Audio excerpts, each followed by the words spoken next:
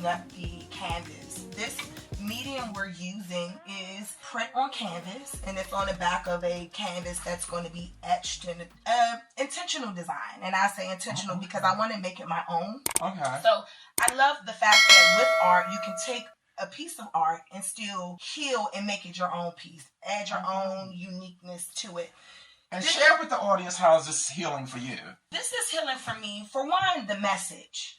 The message in itself really reflects the left brain and the right brain. And I remember all my life hearing, study. If you can learn that song as much as you can do your book work, you'll be fine. But what I've discovered, our brains work differently. The way that we learn music, the way we learn art is actually happening on our right brain, our creative side, our art side. So this picture represent the actual brain. So as you see, I'm creative, I'm sensitive. This is where you yearn. This is where your desires happen.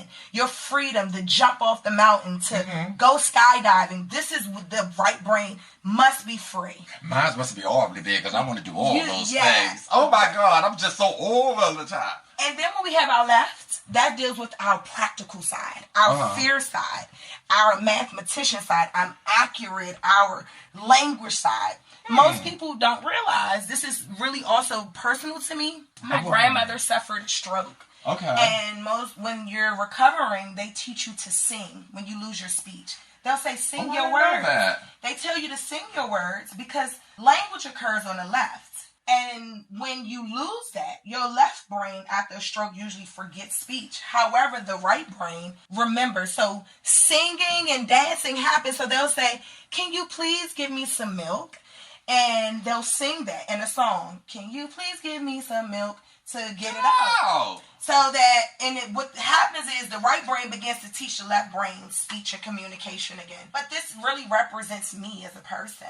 This represents my creative side. As you hear, we're in the art studio, but it also represents my logical side as a clinician, as a therapist, and the importance of having that balance. So when we're here, we're creating, I believe, a balanced piece that the clients will really appreciate. And it's also an education and informative piece. So in summary, how will this serve the community or the targeted audience? Sure. The first thing I think is it's going to be beautiful. Just to heal through visual art, the ability to see it displayed. And then secondly, I think it's informative. It educates them. It's very simple, but I think you can remember I'm art, I'm poetry, I sense and I feel. And then when you see this, I'm logic and I'm knowledge and understanding this balance. And hopefully our clinicians will be able to incorporate this in the sessions that they facilitate. Now, do you mind, I'll ask you a couple of questions. One is, do you have a background in art or had it in school or so? No, actually, that's what makes this make art so great. I think it's in us all. It's all around us. But no, I am a clinician. I'm a social worker by profession. But I find that we are becoming more integrative in the services that we provide as clinicians. So we're now integrating art, dance, music, different mediums to really allow the clients to have a safe space to express themselves. And it's really fun for the clinician. So we're moving past talk therapy. You see people sitting on the couch and just laying to get things off their chest. That's great, but we want our clients to get hands-on. So whether we're using clay, whether we're moving, whether we're doing yoga, we're breathing, all of that is a form of art, if you're using your body or if you're using different mediums. Well, let me ask you, do you have a favorite artist or a mentor artist? Well, I would say yes. My favorite artist is actually my mentor, who's also a clinician. If you come to the office, she has some very special pieces there, and that's Dr. Lee. Lee has inspired me to actually even go beyond just putting something from the store to the wall. Make it your own and make the space know that you were very intentional about bringing your art through your environment. Have you ever experienced in your creativity artist block? Yes. As you can share see, with the audience. If they can kind of hone in, there's some lines and sketches and some dribbles behind here. And I don't know if it will stay there. But this was just getting the brush on the paper, allowing the art, the thought to flow through me. And I would say it was a block because I didn't know exactly what I wanted to do. It wasn't like I went here and I knew that this is what's going to be this. So I think just start. Okay.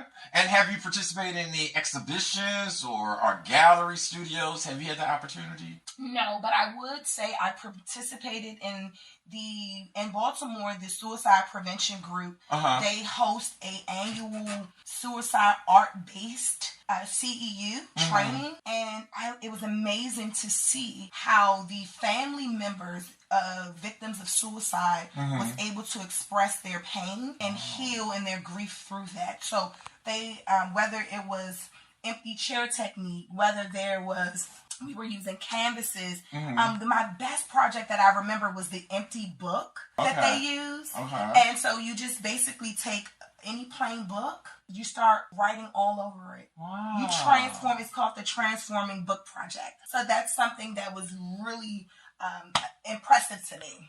And also, as a part of your legacy and past and present, what would you want the audience to receive or remember you by, past and present? Well, past, I will say, any individual that have poured into me. I think when I think of my past, I think of wisdom and those who have helped me to get where I am. I think I would say thank you to them for telling me that knowledge is powerful, but also telling me to be myself. That really, whether it be through fashion, whether it be through poetry, they encourage me to express myself. But I would say to our present audience, or any words of encouragement, would be to find your medium, whether that's a notebook, whether that's a journal, whether that's a piece of fabric, whether that's moving through your body, dancing. We have to find a way to express ourselves. And dare to be different, be creative, step outside of the box, be yourself. That's what I will ultimately tell this current generation. It's okay. I'm a millennial. I love that. But I love to be able to engage with every generation because it's something that transcends. And I think art goes from generation to generation, era to era. So make it your own. And that would be my advice. Like what you heard so far, please click the like, follow, and share. And the finished product will be uploaded onto their website, in their email, in their office. Thank you for joining us, Paul Braswell, Art, Health, and Healing. Thank you.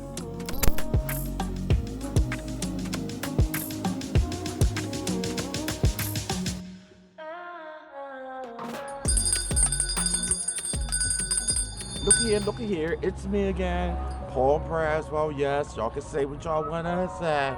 When you hear that bell, y'all know something amazing is about to happen.